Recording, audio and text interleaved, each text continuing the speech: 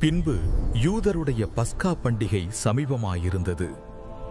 அப்பொழுது இயேசு எருசலேமுக்கு போய் தேவாலயத்திலே ஆடுகள், மாடுகள், புறாக்களாகிய இவைகளை விற்கிறவர்களையும் காசுக்காரர் உட்கார்ந்திருக்கிறதையும் கண்டு கயிற்றினால் ஒரு சவுக்கை உண்டு பண்ணி அவர்கள் யாவரையும் ஆடு மாடுகளையும் தேவாலயத்துக்கு புறம்பே துரத்திவிட்டு காசுக்காரருடைய காசுகளை கொட்டி பலகைகளை கவிழ்த்து போட்டு புறா விற்கிறவைகளை நோக்கி, இவைகளை இவ்விடத்திலிருந்து எடுத்துக்கொண்டு போங்கள், என் பிதாவின் வீட்டை வியாபார வீடாக்காதிருங்கள் என்றார்.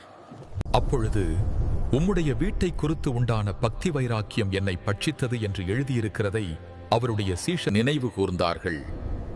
அப்பொழுது யூதர்கள் அவரை நோக்கி, நீர் இவைகளை செய்கிறீரே, இதற்கு என்ன அடையாளத்தை எங்களுக்கு காண்பிக்கிறீர் என்று கேட்டார்கள்.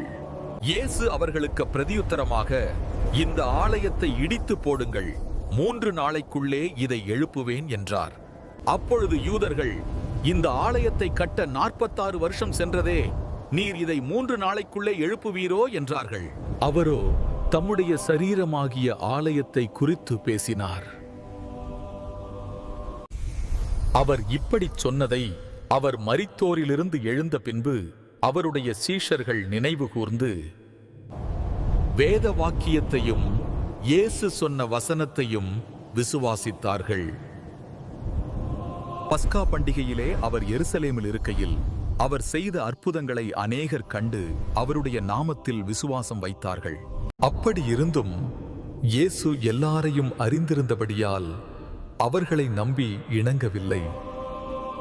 உள்ளத்தில் இருப்பதை அவர் அறிந்திருந்தபடியால் மனுஷரை குறித்து ஒருவரும் அவருக்கு சாட்சி கொடுக்க வேண்டியதாயிருக்கவில்லை.